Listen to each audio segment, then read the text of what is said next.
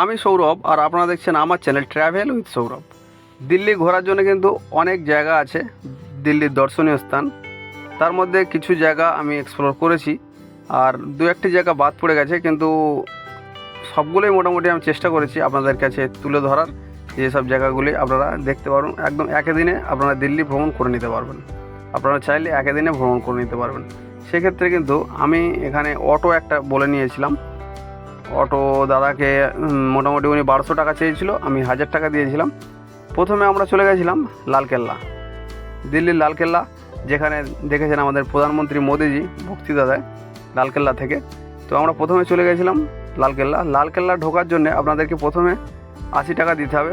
হ্যাঁ, এর মধ্যে একটা কন্ডিশান আছে, যদি আপনারা 40 টাকা দেন সেক্ষেত্রে আপনারা শুধু লালকেল্লার ভিতরটুকু দেখে চলে আসতে পারবেন। আর যদি 80 টাকা পে করেন সেক্ষেত্রে কিন্তু আপনারা লালকেল্লার ভিতরে যে সমস্ত মিউজিয়ামগুলি রাখা আছে, মিউজিয়ামের জিনিসপত্র রাখা আছে, সেগুলো আপনারা দেখতে পারবেন। এইবার লালকেল্লা যাওয়ার জন্যে যে জায়গার টিকিট কাউন্টার, সেখান থেকে কিন্তু লালকেল্লার দূরত্বটা মোটামুটি 700 মিটার মতো দূরে আছে লালকেল্লার গেটটা। সেক্ষেত্রে আপনাদের আপ ডাউন টোটো ভাড়া নেবে 24 টাকা। আপ ডাউন টোটো ভাড়া নেবে 24 টাকা। আপনারা কিন্তু যাওয়ার সময় একটি টোটো আপনাদেরকে নামাবে এবং ফেরার সময় যে কোনো একটি টোটোতে আপনারা উঠে যাবেন, কোনো অসুবিধা নেই। কিন্তু আপনাদের কাছে স্লিপটা রাখতে হবে টোটো ওঠার জন্য। তো আমরা দেখতেই পাচ্ছেন লালকেল্লা যাচ্ছি টোটোতে করে, এবং লালকেল্লার ভিতরে আমরা ঢুকবো। লালকেল্লার ভিতরে অনেক কিন্তু দর্শনীয় জিনিস আছে, শাহজাহানের সময় বানানো হয়েছে লালকেল্লা। আমরা দেখেছি এখান থেকে মোদিজি বক্তৃতা দেয়। আমরা ভিতরে ঢুকবো, চলুন লালকেল্লার ভিতরে কি কি আছে আপনাদেরকে সেটাও দেখাবো। লালকেল্লা আমরা সবসময় বাইরে থেকে দেখি, কিন্তু আজকে আপনাদেরকে নিয়ে যাব ভিতরে। লালকেল্লার ভিতরে কি কি আছে সেসবগুলো আপনাদেরকে দেখাবো, চলুন। এই দেখতে পাচ্ছেন যে জায়গাটি, ওই যে সিঁড়ির মতো উঠে যাচ্ছে, ওই সিঁড়ির মতো ওই জায়গাটা থেকে আমাদের মোদিজি আপনারা জানেন বক্তৃতা দেয়। 26শে জানুয়ারি বক্তৃতা দেবে, ঠিক ওই জায়গা থেকে আপনারা দেখতে পাচ্ছেন বক্তৃতাটা মোদিজি ওখান থেকে দেয়। তারপর কিন্তু আমরা লালকেল্লার ভিতরে ঢুকেছিলাম গেট দিয়ে। আমরা এখানে ফটো সেশন করে নিচ্ছি। দেখতে পাচ্ছেন আমি আছি, আমার একটা ভাই আছে এবং আমার ওয়াইফ আছে। লালকেল্লার ভিতরে এই সমস্ত জিনিস রাখা আছে, পুরনো আমলের যেসব অস্ত্র সেই সব, এবং কিছু পুঁথি লেখা আছে যেসবগুলো সেই সময়কার জিনিসপাট, এবং যে সমস্ত অস্ত্র দেখতে পাচ্ছেন তখনকার ধনুক এবং কি সিংয়ের মতো একটা জিনিস, এই সমস্ত জিনিস কিন্তু এই লালকেল্লার ভিতরে রাখা আছে মিউজিয়ামগুলোতে। যে 40 টাকা এক্সট্রা পে করতে হয়েছে এই সমস্ত জিনিস দেখার জন্য। সেই সময়কার ড্রেস দেখুন, রাজার ড্রেস এবং বন্দুক এইগুলো রাখা আছে, এই সমস্ত তখনকার আমলের বন্দুক। এইগুলো মিউজিয়ামে গেলে আপনারা দেখতে পাবেন, এবং মিউজিয়ামের সমস্ত ডিটেলস, মানে কোন সময় কি হয়েছে সেগুলো দেখতে পাবেন। এরপর আমরা চলে গেছিলাম রাজঘাট।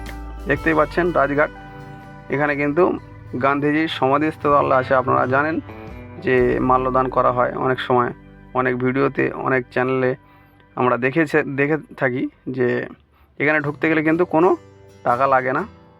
যার সেই দূরে একটা জায়গা দেখতে পাচ্ছেন, ওখানে জুতো খুলে রাখতে হবে। জুতো খুলে আপনারা কিন্তু গান্ধীজির যে সমাধিটা আছে সেখানে কিন্তু সব সময়ের জন্য একটা বেদি করা আছে, সেখানে সবসময় আগুন জ্বলছে, আপনারা কিন্তু দেখতে পাবেন। আমরা যে সময় গেছিলাম প্রচণ্ড রোদ ছিল, গরম ছিল। এই যে জায়গাটা দেখতে পাচ্ছেন গান্ধীজির সমাধিস্থল, গেলে খুব ভালো লাগবে, মন শান্তি হয়ে যাবে একদম। তারপরে আমরা চলে গেছিলাম লোটাস টেম্পল। আপনারা জানেন যে লোটাস টেম্পল কিন্তু দিল্লির একটি আকর্ষণীয় জায়গার মধ্যে একটি লোটাস টেম্পল, যে জাস্ট না গেলে বুঝতে পারবেন না জায়গাটি কত সুন্দর আর কতটা বড় জায়গা নিয়ে এটি বানানো হয়েছে। দেখতেই পাচ্ছেন লোটাস টেম্পল, এটা অ্যাকচুয়ালি কিন্তু মেডিটেশনের একটি জায়গা। লোটাস টেম্পলের ভিতরে ঢুকলে আপনারা কিন্তু একটা সুঁচ যদি ওপর থেকে পড়ে, চালের দানা পড়লে আওয়াজটা শুনতে পাবেন, এত নীরবতার ভিতরে, কিন্তু দারুণ। এরপর আমরা চলে গেছিলাম কুতুব মিনারের উদ্দেশ্যে। কুতুব মিনারে গিয়ে আমরা কিন্তু খুব ক্লান্ত হয়ে পড়েছিলাম, যেহেতু এই সময় জানেন আপনারা গরম চলছে এবং বৃষ্টিও হচ্ছে মাঝে মাঝে। প্রচণ্ড গরম। এবার কুতুব মিনারের টিকিট নিয়েছিল আমাদেরকে, ঠিক দেখতে পাচ্ছেন এরকম টিকিটের সাথে এই কয়েনটি দিয়ে দেবে এবং কয়েনটি নিয়ে ভিতরে ঢুকতে হবে, কয়েনটি ফেলতে হবে এবং তারপর আপনারা ঢুকতে পারবেন ভিতরে। টিকিটের মূল্য ছিল 40 টাকা। আপনাদেরকে টিকিট দিয়ে দিলে ফেরার সময় আবার আপনাদেরকে এই টিকিটটি ফেরত দিয়ে দিতে হবে। এবং কুতুব মিনারের ভিতরে আমরা ঢুকে অনেক ফটো সেশন করেছিলাম। ভিতরে ঢুকলে খুব ভালো লাগবে আপনাদেরও, খুব সুন্দর একটি জায়গা। উপর দিয়ে যখন প্লেনগুলো যাবে না, দারুণ লাগবে, জাস্ট দারুণ। তো দিল্লি ঘোরার মতো এটি একটি জায়গা, খুব সুন্দর জায়গা। তারপরে কিন্তু আমরা চলে গেছিলাম বন্ধুরা, দিল্লির লালকেল্লা দেখা হয়ে গেছে, আমাদের রাজঘাট দেখা হয়ে গেছে এবং সমস্ত মানে গান্ধী পরিবারের যাদের বাড়িগুলো আমরা সব কিন্তু দেখে নিয়েছিলাম। ওই অটো দাদাকে বলেছিলাম, অটো দাদাই আমাদেরকে সব কিছু দেখিয়ে দিয়েছিল। এরপর কিন্তু আমরা চলে গেছিলাম আমাদের যে পুরনো যে 50 টাকার নোটগুলো আপনারা দেখে থাকবেন, পার্লামেন্টে আমরা এরপরে চলে গেছিলাম। পার্লামেন্টে গিয়ে ওখানে খানিকক্ষণ ফটো শ্যুট করলাম, আপনারাও করতে পারেন। এবং এরপরে দেখেছিলাম রাষ্ট্রপতির বাড়ি। দিল্লিতে যেসব ঘোরার জায়গা আছে তার মধ্যে এগুলো কিন্তু পড়ে। কুতুব মিনার থেকে এই যে প্লেনটা যাচ্ছে, এই সিনটা কিন্তু দারুণ, যারা দাঁড়িয়ে দেখেছে খুব সুন্দর লাগবে, ঠিক আছে। এবং এর ভিতরের কারুকার্য কিন্তু খুব সুন্দর এবং আপনারা যদি রিলস ফিলস বানান এখান থেকে কিন্তু খুব সুন্দরভাবে আপনারা রিলস, ভিডিও, ফটো সেশন সব কিছু করতে পারবেন এই জায়গা থেকে। খুব সুন্দর লাগবে, খুব সুন্দর একটি জায়গা। আপনাদেরকে বলবো অবশ্যই দিল্লি গেলে কিন্তু এই জায়গাটি অবশ্যই রাখবেন। দেখতে পাচ্ছেন আমরা কিন্তু খুব সুন্দর সময় কাটিয়েছিলাম এই জায়গাটিতে। এখানে আলাউদ্দিন খলজি কবর রাখা আছে, এখানে দেখা যাচ্ছে। তো এরপর বন্ধুরা আমরা কিন্তু যে কথাটা বলতে গিয়ে থেমে গেলাম, যে এরপর আমরা চলে গেছিলাম কিন্তু পার্লামেন্টে, যেটা পুরনো পার্লামেন্ট আমরা 50 টাকার নোটে দেখে থাকি, সেই পার্লামেন্টটা দেখেছিলাম। তারপর চলে গেছিলাম নতুন পার্লামেন্টটা দেখার জন্যে। খুব সুন্দর লেগেছিল, নতুন পার্লামেন্টটা কিন্তু খুব সুন্দর বানানো হয়েছে। সেক্ষেত্রে আপনাদেরকে অবশ্যই বলবো এই জায়গাগুলো কিন্তু আপনারা অবশ্যই দেখে নেবেন। আর একটা জায়গা আপনাদেরকে বলবো, যেটা সবার লাস্টে যাবেন, খুব সুন্দর লাগবে। এখানে দেখতে পাচ্ছেন রাষ্ট্রপতির, যেখানে প্রধানমন্ত্রীর কার্যালয়, এটা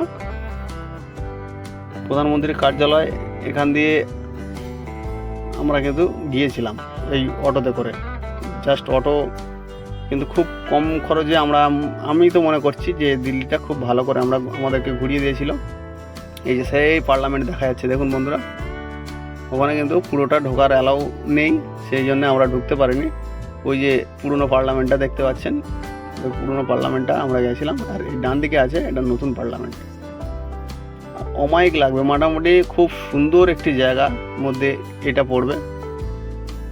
আপনারা অবশ্যই ঘুরতে যাবেন দিল্লিতে, দিল্লি গিয়ে কিন্তু এই জায়গাগুলো অবশ্যই দেখবেন। আপনাদেরকে বারবার রিকোয়েস্ট করছি, আপনারা কিন্তু এই জায়গাগুলো মিস করবেন না। আর খুব ভালো লাগবে এই জায়গাটা। এই সময় একটু গরম আছে, আপনারা চেষ্টা করবেন যে একটু ঠান্ডার দিকে যাওয়ার, ঠিক আছে বন্ধুরা। এরপরে আমরা সন্ধেবেলা চলে গেছিলাম আমাদের দিল্লি গেটের উদ্দেশ্যে। এত সুন্দর লাগবে আপনাদেরকে সন্ধেবেলা। তবে একটা জিনিস আমার দিল্লি গেটে গিয়ে খুব খারাপ লেগেছিল, দিল্লি গেটের পিছনে আছে, আপনারা দেখতে পাবেন আমাদের নেতাজি সুভাষচন্দ্রের মূর্তি। সেই মূর্তিটাতে আলো জ্বলছিল না, এটাই আমার খুব খারাপ লাগলো। যেহেতু আমরা কলকাতার ছেলে বা ওয়েস্ট বেঙ্গলের ছেলে, আমরা ওয়েস্ট বেঙ্গল থেকে দেখতে গেছি, তো নেতাজি সুভাষের কাছে আলো জ্বলছিল না, এটা খুব খারাপ লাগলো দেখে। তো ভবিষ্যতে চাইবো যে ওই জায়গাটায় আলো হোক, বা হয়তো লাইট খারাপ ছিল কি জানি না।